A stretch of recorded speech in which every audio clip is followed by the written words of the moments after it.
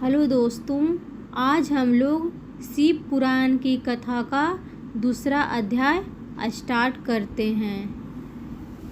तो चलिए शुरू करते हैं। चंचुला की कथा। एक लेडी चंचुला थी, उनकी कथा है। समुद्र के किनारे स्थित प्रदेशों में एक प्रदेश के निवासी बहुत दुष्ट स्वभाव के थे। पुरुष पाशविक आचरण से भरे थे और स्त्रियों ने छल कपट को अपना काम बना रखा था। वहाँ विदुंग नामक एक ब्राह्मण रहता था। उसने चंचुला नाम की सुंदर और पवित्रता स्त्री को त्याग कर एक पर स्त्री को अपना रखा था। विदुंग हर तरह से दुष्कर्मों में डूबा हुआ था। समय आने पर विदुंग की मृत्यु हो गई। उसे 50 योनि में जन्म लेना पड़ा। उधर पति के दुराचार से प्रभावित होकर चंचुला भी कुमार्ग पर चल पड़ी।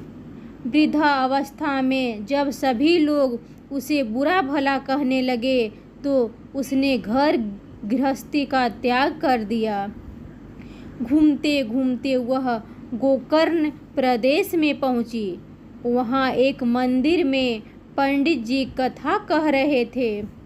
चंचुला ने दुष्कर्म करने वालों के परिणामों की बातें सुनी तो उसे बहुत गलानी हुई। कथा के पश्चात वह ब्राह्मण के चरणों में गिर पड़ी और अपनी मुक्ति का उपाय पूछने लगी। हे ब्राह्मण, मैं अपने धर्म को नहीं जानती थी, इसीलिए मुझसे बड़ा दुराचार हुआ। कृपया मेरा उद्धार कीजिए। आज आपकी इस कथा को सुनकर मुझे बड़ा भय लग रहा है। मुझे इस संसार से वैराग हो गया है। मैं सर्वथा निंदा के योग्य हूँ। मैं अपने धर्म से विमुख हो गई हूँ। हाय, मुझे न जाने कौन कौन से भयंकर कष्ट उठाने होंगे। मुझ पापिन का साथ कौन देगा। ब्राह्मण देवता, आप ही मेरे गुरु, आप ही माता और आप ही पिता हैं। आपकी शरण में आई हूँ। मुझ दीन अबला का आप ही उद्धार कीजिए। तब पंडित जी ने कहा, शिव पुराण सुनकर तुम्हारे मन में पुण्य की जागृति हुई है और चित्त से शांति आने लगी है। अतः इस पुराण को आरंभ से अंत तक सुनकर तुम्हें पूर्ण मुक्ति मिलेगी। चंचुला ने पंडित जी की बात सुनकर उसने ही शिव पुराण सुनने की प्रार्थना की। पंडित जी इसके लिए तैयार हो गए। पंडित जी ने उस स्त्री को शिव पुराण की उत्तम कथा सुनाई, जो भक्ति, ज्ञान और वैराग को बढ़ाने वाली और मुक्ति प्रदान करने वाली है। उस परम उत्तम कथा को सुनकर चंचुला कृतार्थ हो गई। उनका चित्त शुद्ध हो गया। भगवान शिव की दया से उसके हृदय में शिव के सगुण रूप का प्रकाश होने लगा। इस प्रकार उसने भगवान शिव में लगी रहने वाली उत्तम बुद्धि पाकर शिव के मंगलामय स्वरूप का बारंबार चिंतन आरंभ किया। वह इस तरह से भक्ति में लीन हो गई कि शिव पुराण सुनते सुनते ही उसने प्राण त्याग दिए। इतने में ही भगवान शिव का एक दिव्य विमान तीव्र गति से वहां पहुंचा। चंचुला उस विमान पर सवार हुई और भगवान शिव के श्रेष्ठ गणों ने उसे तत्काल शिवलोक में पहुंचा दिया। चंचुला के समस्त पाप धुल गए। वह दिव्य रूप वाली नवयौवन हो गई। शिवपुरी में पहुंचकर उसने शिव पार्वती के दर्शन किए।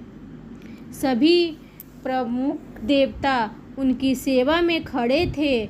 गणेश, नंदेश्वर, श्रृंगी, तथा वीरभद्रेश्वर आदि उनकी सेवा में भक्ति भाव से उपस्थित थे। शिव की शोभा करोड़ों सूर्यों के समान प्रकाशित हो रही थी। उसके पास में शिवा बैठी थी। शिवा के शरीर पर उत्तम श्रृंगार शोभायमान था। इस प्रकार परम उज्ज्वल भगवान शंकर के दर्शन करके वह ब्राह्मण पत्नी चंचुला बहुत प्रसन्न हुई। उसने भगवान शंकर को बारंबार प्रणाम किया। जब भगवती पार्वती और भगवान शंकर ने उसे बड़े ममता के साथ अपने पास बुलाया और प्रेम से उसकी ओर देखा, देवी पार्वती ने चंचुला को प्रेम पूर्वक अपनी सखी बना लिया। चंचुला वहाँ सुखपूर्वक रहने लगी। एक दिन चंचुला ने देवी पार्वती के पास जाकर प्रणाम किया और दोनों हाथ जोड़कर उनकी स्तुति करने लगी। शिव ने प्रसन्न होकर चंचुला